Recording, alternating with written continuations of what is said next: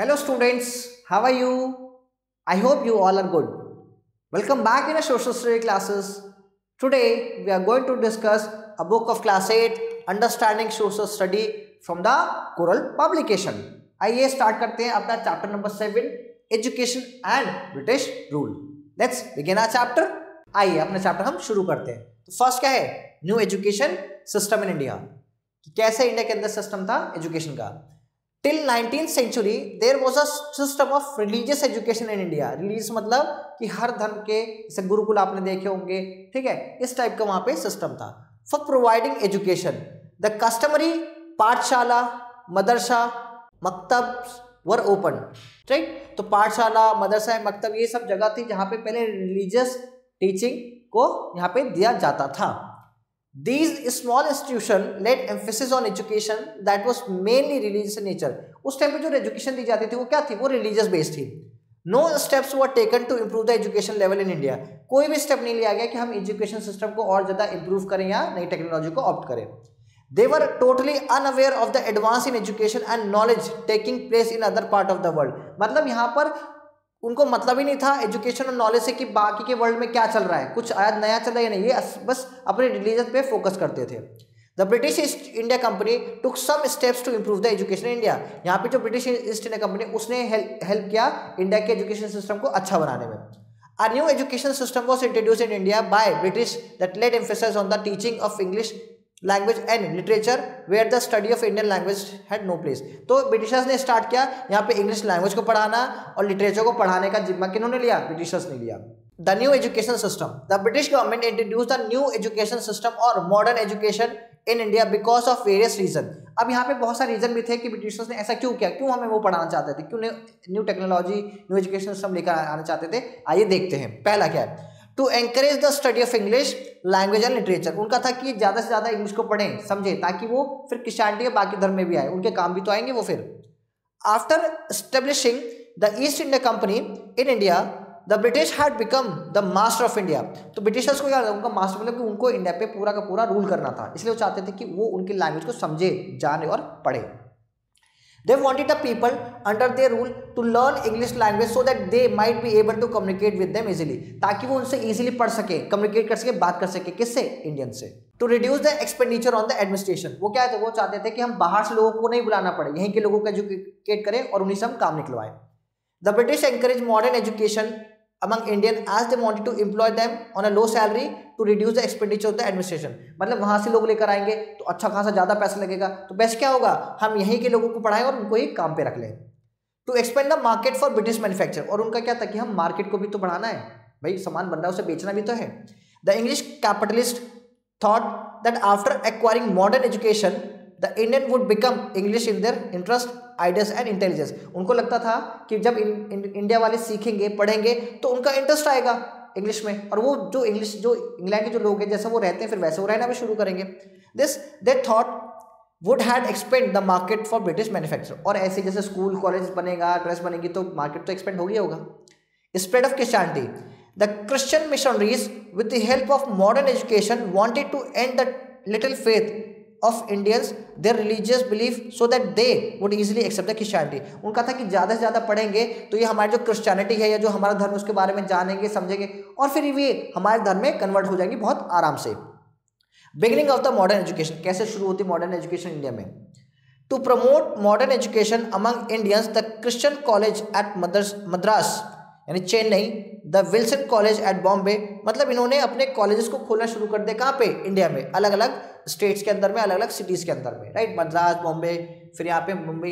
And Saint John college at Agra was started by Christian missionaries. मतलब Christian missionaries जिनका एक main objective था कि अपने धर्म को जितना हो सके उतना फैलाएं, इन्होंने अपने स्कूल एंड कॉलेज सेटअप करने शुरू कर दिए. कहाँ पे? इंडिया में.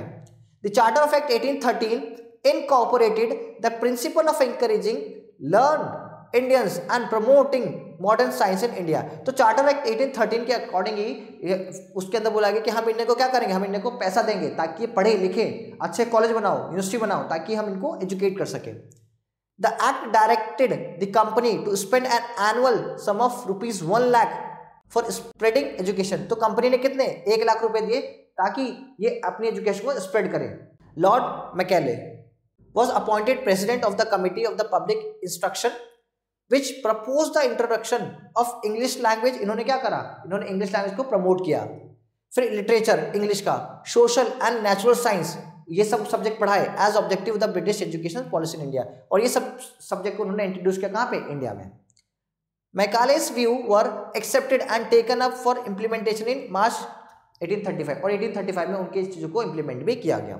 Under the famous Woods dispatch a properly articulate scheme of education from the primary to the university level was suggested, मतलब कि इन्होंने प्राइमरी मतलब छोटे बच्चों से लेके यूनिवर्सिटी तक इनका था कि प्रोग्राम बनाया जाए और उसी तरीके से बच्चों को सिखाया जाए कि वो छोटे क्लास से बड़ी तक वही पढ़ता रहे। It recommended Anglo vernacular school through out the district, यानी हर एक डिस्ट्रिक्ट के अंदर में एंग्लो वर्नाकुलर स्कूल खोला जाएंगे, गवर्नमेंट कॉलेज बनाए जाएंगे। इस इंपॉर्टेंट टाउन कहाँ पे, गवर्नमेंट कॉलेज कहाँ खोलेंगे, जो बड़े बड़े शहर है वहाँ पर। And university in each of the 3 presidency town, मतलब जो इनकी प्रेसिडेंसी थी मद्रास, कैलकाटा, बॉम्बे, वहाँ पे ये अपने कॉलेज खोलना शुरू कर दिए। जैसे कैलकाटा, बॉम्बे, मद्रास में इन्होंने अपने अपने बड़े बड़े कॉलेज खोलने शुरू कर दिए on the model of the London university, और इनका बेसिक क्या था, लंदन यूनिवर्सिटी के बेस पे। The Woods dispatch is known as the Magna Carta of the western education in India. तो जो वुड डिस्पैच क्या बोला गया, मैग्ना कार्टा, कहाँ का, वेस्टर्न एजुकेशन का, कहाँ पे, इंडिया में। अब इसमें कुछ वीकनेसेस थी, किसमें, न्यू एजुकेशन सिस्टम में, आइए देखते हैं। The company took little interest in the field of education because its selfness. अब यहाँ पे ब्रिटिश जो कंपनी थी उन्होंने इंटरेस्ट दिखाया क्योंकि उसका फायदा नहीं था उसमें। The British educated only the higher and the middle class of the Indian society, वो किसको पढ़ाते थे, जो बहुत अमीर थे या जो मिडिल क्लास से खाली उनको पढ़ाते थे वो। This create a serious gap between different class of the Indian people, क्योंकि वो कास्ट के अकॉर्डिंग पढ़ाते थे। अच्छा ये अपर कास्ट का इसको पढ़ा लो, तो ये लोगों के अंदर में डिससेटिस्फैक्शन और थोड़ा सा डिफरेंसेस हो गए। The Indian company always had fund for promoting education, जो कंपनी थी वो पैसा मार लेती थी, 1 लाख आया तो उसमें सारे इन्वेस्ट नहीं करेंगे वो। According to the charter act 1813 a sum of rupees 1 lakh was set aside for education purpose. अब चार्टर एक्ट 1813 के अकॉर्डिंग 1 लाख रुपए भेजा गया था किसके लिए, टू प्रमोट एजुकेशन, ठीक। The British introduce vernacular language as the medium of instruction, इन्होंने क्या, जो वहाँ की लोकल जो लैंग्वेज थी उस लैंग्वेज में पढ़ाना शुरू करा।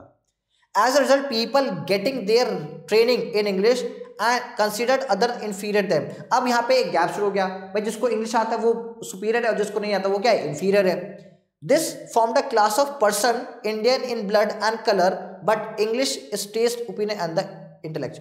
मतलब इंडिया में अभी तक ब्लैक और व्हाइट का ही प्रॉब्लम था, पर अब ये जो इंग्लिश है ये भी एक बहुत बड़ा कॉज बन गया डिफरेंसेस का। Female education was neglected in the new system of education as women education had no utility in the companies administration. अब यहाँ पे फिर से क्या, फीमेल की जो एजुकेशन देने की जो बात हुई थी वो नहीं मिल रही थी, तो यहाँ पे एक और डिसएडवांटेज की कंपनी की जो एडमिनिस्ट्रेशन उसमें फीमेल क्या काम करेगी, इसलिए उन्हें पढ़ाया नहीं गया। No attention was paid toward imparting scientific and technical education, मतलब यहाँ पे क्या करा गया, जो टेक्निकल और साइंटिफिक एजुकेशन तो दी ही नहीं गई। However, 3 medical college at Kolkata, Mumbai, Chennai were started in 1857, और क्या मेडिकल कॉलेज तो बना दिए। 1 engineering college at Roorkee was also opened, but all these colleges were open only for European, not for Indians। अब क्या फायदा, आप ये कॉलेज भी यहाँ पे प्रेफरेंस किसको दे रहे, यूरोपियन को, तो क्या फायदा, फिर कोई प्रमोशन होगा ही नहीं। तो ये सारे क्या थे, ड्रॉबैक्स थे। इंडियन इनिशिएटिव, अब कैसे इन्होंने इनिशिएट किया। Noticing flaws in the education system, many Indian intellectuals like Raja Ram Mohan Roy and Rabindranath Tagore themselves came forward for improving the quality of education। तो यहाँ पे अब इंडियन के जो बहुत बड़े एक फेमस पर्सनालिटी है राजा राम मोहन रॉय, ठीक है, रविन्द्रनाथ टैगोर, ये सब सामने आए कि हमें अपने लोगों को खुद हमें पढ़ाना पड़ेगा, हम दूसरों के भरोसे नहीं बैठ सकते। Vishwa Bharati university at Shanti Niketan for the teaching of art and culture was established by Rabindranath Tagore. तो जो विश्व भारती जो यूनिवर्सिटी है वो सेटअप किसने करा, इन्होंने करा, रविन्द्रनाथ टैगोर जी ने। Gopal Krishna Gokhale, a famous nationalist leader who also made a demand for free and compulsory education for children age 6 to 10। इन्होंने बोला कि जो 6 से 10 साल के जो बच्चे हैं हमें उन्हें फ्री ऑफ कॉस्ट पढ़ाना चाहिए ताकि ज़्यादा से ज़्यादा लोग पढ़ें लिखें और वो सामने आए और हमारे इंडिपेंडेंस में भी थोड़ा सा हेल्प करें। He wanted to remove illiteracy from India because according to him, वो क्या चाहते थे, वो illiteracy यानी कि जो हमारे जो अनपढ़ लोग हैं उनको खत्म करना चाहते हैं। क्यों? An illiterate and ignorant nation can never make any solid progress and must fall back in the race of life। उनका मानना था कि illiterate और जो ignore जो नेशन के जो लोग हैं वो कभी भी एक सॉलिड प्रोग्रेस या सॉलिड नेशन का फॉर्मेशन नहीं कर सकते। उनका था कि ये कभी भी रहेंगे तो ये हमेशा ये देश में पीछे रहेंगे, किससे? जो पढ़े लिखे लोग हैं उनसे। किसने बोला ये बोला गोपाल कृष्ण गोखले जी ने। Growth of science. अब यहाँ पे एक और चीज है, एक नया हम सब्जेक्ट इंट्रोड्यूस हो रहा है इंडिया में, science. Raja Ram Mohan Roy always favour English as the medium of education. Raja Ram Mohan Roy ने इंग्लिश को ही एक मतलब प्रमोशन किया, फेवर किया। The reason was in the early 19th century modern science was introduce India. क्यों? क्योंकि उस टाइम 19th सेंचुरी में मॉडर्न साइंस जो था वो इंट्रोड्यूस हुआ और साइंस को उस टाइम इंग्लिश में ही पढ़ाया जा रहा था। Department of science was setup in university in which English was the medium of teaching science. अब सपोज दैट कि अगर आपको यूनिवर्सिटी में जाके पढ़ना है और यूनिवर्सिटी में इंग्लिश ही चल रही है तो आपको ग्राउंड लेवल पर भी तो इंग्लिश पढ़नी पड़ेगी, इसलिए वो चाहते थे कि इंग्लिश में लोग पढ़ना शुरू करें ताकि उन्हें अच्छी खासी नॉलेज हो आगे जाके। Later in 1876 the Indian association for the cultivation of science was founded by Mahendra Lal Sircar. तो जो ये है इन्होंने क्या ये फॉर्म करा, क्या Indian association for the cultivation of science. क्यों? So that who was the first Indian medical student to dissecting the human body, यानी कि ये पहले इंसान थे जिन्होंने ह्यूमन बॉडी को देखा पास से। The Indian Science Congress Association set up in 1920.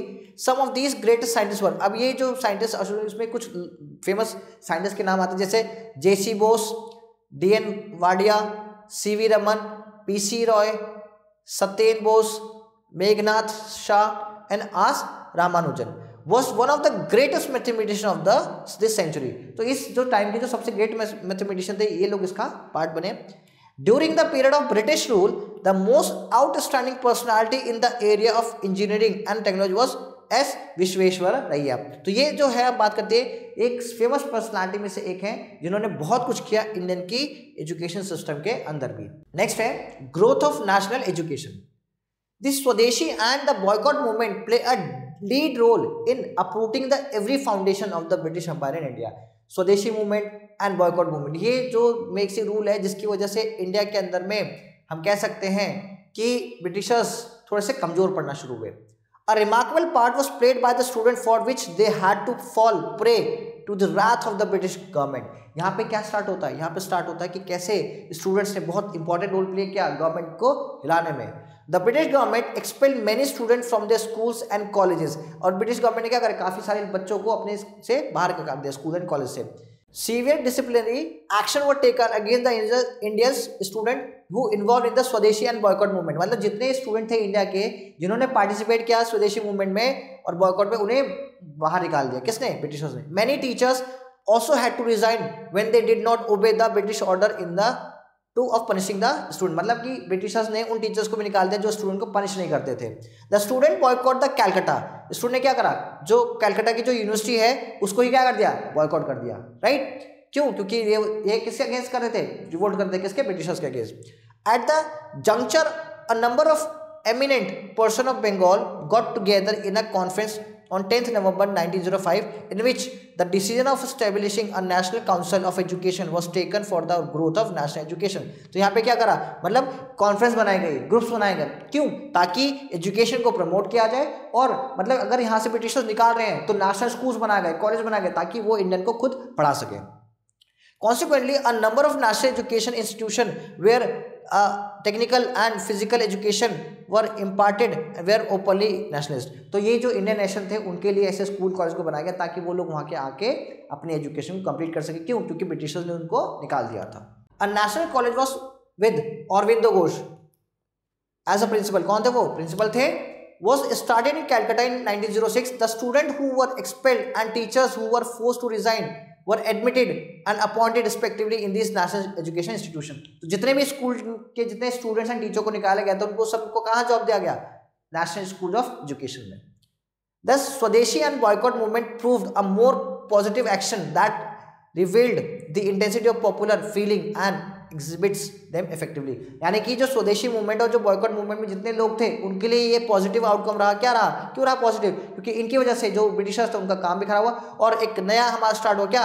National college type. Right? So class now what we have a exercises. ठीक है बेटा, आइए देखते हैं हम कि कितना हमने चैप्टर से सीखा है। चलिए एक्सरसाइज करते हैं। तो पहला क्या है हमारे पास? Tick the correct option. तो फर्स्ट क्वेश्चन है the dispatch sent to India by Charles Wood in 1854 was जब डिस्पैच जो सेंड हुआ उसको हम क्या बोलते हैं, इनमें से क्या ऑप्शन है, तो उसको क्या बोला गया था, मैग्ना कार्टा। नेक्स्ट क्वेश्चन है which of these were Bengali poet, novelist and educator, तो इन सब में कौन थे, तो उनका नाम आएगा, कौन है वो, रविंद्रनाथ टैगोर। नेक्स्ट, अब ये तो दो क्वेश्चन है, ये आपका होमवर्क है, आप इसको खुद ट्राई करेंगे। अब हमारे पास सेकंड क्या है, fill in the blanks, right.